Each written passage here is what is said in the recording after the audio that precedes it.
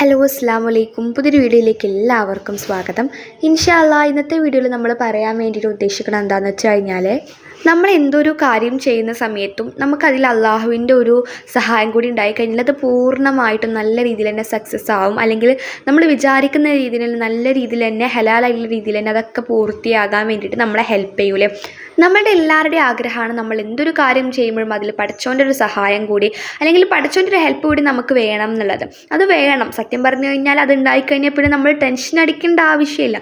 നമ്മളിപ്പോൾ ആയത്തുൽ കുർസിയൊക്കെ ദിവസവും പതിവാക്കി കഴിഞ്ഞാൽ അല്ലെങ്കിൽ നമ്മൾ എന്തെങ്കിലും ഒരു ആവശ്യത്തിന് പ്രധാനപ്പെട്ട ഉദ്ദേശങ്ങൾക്കൊക്കെ പോകുന്ന സമയത്തൊക്കെ നമ്മൾ ആയത്തുൽ കുർസി ചൊല്ലിക്കൊണ്ട് പോയി കഴിഞ്ഞാൽ നമുക്ക് എന്ത് ചെയ്യാൻ വേണ്ടിയിട്ട് പറ്റുന്നവരെ നിങ്ങൾക്ക് നമുക്ക് പിന്നെ ആ ഒരു കാര്യത്തിൽ അള്ളാഹുവിൻ്റെ സഹായം ഉണ്ടാക്കും. അത് എന്താണോ കാര്യം അത് പൂർത്തിയാവാതെ തന്നെ ചെയ്യും. ഞാൻ നിങ്ങൾക്ക് ചെറിയൊരു കഥ പറഞ്ഞുതരാം. കഥ എന്നൊന്നുമല്ല, ചെറിയൊരു കാര്യം പറഞ്ഞുതരാം.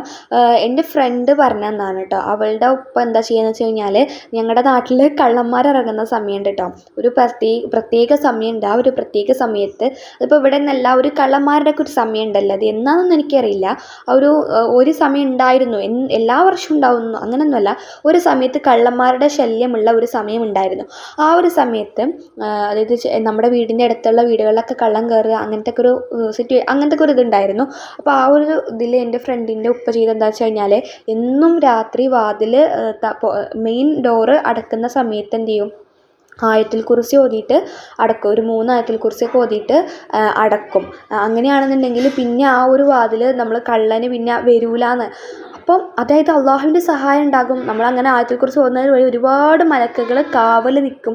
അപ്പോൾ ഈ ആയത്തുൽ കുർസി എന്ന് പറയുന്നത് അതിൻ്റെ മഹത്വം എത്രയോ മുകളിലാണ്, ആയത്തുൽ കുർസി ഓതുന്നതിൻ്റെ മഹത്വം. അപ്പോൾ നമ്മൾ അള്ളാഹു താല നമ്മുടെ എല്ലാ കാര്യത്തിലും സഹായിക്കാൻ വേണ്ടിയിട്ട്, എല്ലാ അള്ളാഹു താലയുടെ സഹായം മലക്കളുടെ കാവലൊക്കെ നമുക്ക് ഉണ്ടാവാൻ വേണ്ടി നമ്മൾ ആയത്തുൽ കുർസി പതിവാക്കിയാൽ മതി. നമ്മളിപ്പോൾ എല്ലാ 5 വക്ത് നിസ്കാരങ്ങൾക്ക് ശേഷം അല്ലാന്നുണ്ടെങ്കിൽ നമ്മൾ രാവിലെ സുബഹിക്ക് ശേഷം ഒരു 11 തവണ ആയത്തുൽ കുർസി ഓതുക. ആയത്തുൽ കുർസി ഓതുക എന്ന് പറയുമ്പോൾ ഒരു 11 തവണ ഓതുക എന്ന് പറയുമ്പോൾ കുറേ സമയമുള്ള കാര്യമൊന്നുമല്ല. നമുക്ക് എല്ലാവർക്കും കാണാതെ അറിയാവുന്നൊരു സൂറത്താണ് ആയത്തുൽ കുർസി എന്ന് പറയുന്നത്. അപ്പോൾ അത് നമ്മൾ ഓതുക എന്ന് പറയുമ്പോൾ കുറേ സമയത്തിൻ്റെ ആവശ്യമൊന്നും ഉണ്ടാവില്ല. നമ്മൾ സുബഹിക്ക് നിസ്കാരത്തിന് ശേഷം ആയത്തുൽ കുർസി ഒരു 11 തവണ ഓതുക. പിന്നെ അതിന് ശേഷം നമ്മൾ മഗ്‌രിബ് നിസ്കാരത്തിന് ശേഷം 11 തവണ ഓതുക. അല്ലെങ്കിൽ ഉറങ്ങാൻ കിടക്കുന്ന സമയത്ത് നമുക്കൊരു മലക്കുകളുടെ കാവലൊക്കെ ഉണ്ടാകാൻ വേണ്ടിയിട്ട്, അള്ളാഹുവിൻ്റെ ഒരു സഹായം ഉണ്ടാകാൻ വേണ്ടിയിട്ട് ഭയങ്കര ഉപകാരപ്പെടുന്നതാണ് ആയത്തുൽ കുർസി പതിവാക്കുക എന്നുള്ളത്. അപ്പോൾ ഇന്ന് ഞാൻ പറഞ്ഞു വിടുന്നത് അതൊന്നുമല്ല. നമ്മളിപ്പോൾ എന്തൊരു കാര്യം ചെയ്യാൻ തുടങ്ങുകയാണ്, ഇപ്പോൾ എന്തെങ്കിലും ഒരു എക്സാം ആയിക്കോട്ടെ, ആ ഒരു എക്സാം എഴുതാൻ വേണ്ടിയിട്ട് പോകാൻ നിൽക്കുകയാണ്, അല്ലെങ്കിൽ പോകാൻ നിൽക്കുകയാണെന്നല്ല, എക്സാം എഴുതാനായിട്ടുണ്ട്, അല്ലെങ്കിൽ എക്സാം ആയിട്ടുണ്ട്, ഒരു 2 ദിവസത്തിനുള്ളിൽ എക്സാം ആവും, അങ്ങനെയൊക്കെ ആണെന്നുണ്ടെങ്കിൽ നിങ്ങൾ എന്ത് ചെയ്യണം, നിർബന്ധമായിട്ടും ഞാൻ ഈ പറയുന്ന ദുആ ചൊല്ലണം കേട്ടോ. കാരണം എന്താണെന്ന് വെച്ച് കഴിഞ്ഞാൽ, നമുക്ക് അള്ളാഹുവിൻ്റെ സഹായം ഉണ്ടായിക്കഴിഞ്ഞാൽ പിന്നെ നമുക്ക് എന്തിനാണ് ടെൻഷൻ അടിക്കണം.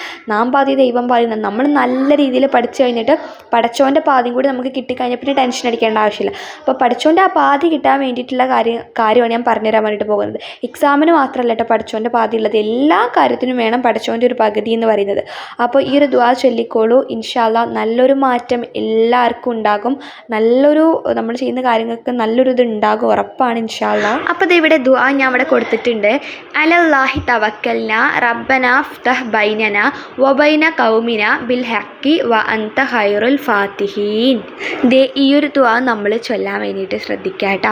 നമ്മൾ 5 വക്ത് നിസ്കാരത്തിന് ശേഷമോ അല്ലെങ്കിൽ രാവിലെ സുബഹിക്ക് ശേഷവും മഗ്‌രിബിക്ക് ശേഷമോ അങ്ങനെ എങ്ങനെയെങ്കിലുമൊക്കെ നിങ്ങൾ ചൊല്ലുക. ദിവസവും 2 നേരമെങ്കിലും ചൊല്ലാൻ വേണ്ടിയിട്ട് ശ്രദ്ധിക്കുക. നമ്മളിപ്പോൾ ആവശ്യങ്ങൾ ഉണ്ടാകുമ്പോൾ എന്ന് മാത്രമല്ല, എപ്പോഴും അള്ളാഹുവിൻ്റെ ഒരു സഹായം, നമ്മൾ എന്തൊരു കാര്യം ചെയ്യുകയാണെങ്കിലും, ചെറിയതായിക്കോട്ടെ വലിയ കാര്യമായിക്കോട്ടെ ചെയ്യുകയാണെങ്കിലും അള്ളാഹുവിൻ്റെ ഒരു സഹായം ഉണ്ടാകാൻ വേണ്ടിയിട്ട് ഇത് ഹെൽപ്പാവും ഇൻഷാ അല്ലാഹ്. അപ്പോൾ ഇത്രയേ ഉള്ളൂ ഇന്നത്തെ വീഡിയോ എന്ന് പറയുന്നത്. എല്ലാവർക്കും യൂസ്ഫുൾ ആകുമെന്ന് വിചാരിക്കുന്നു.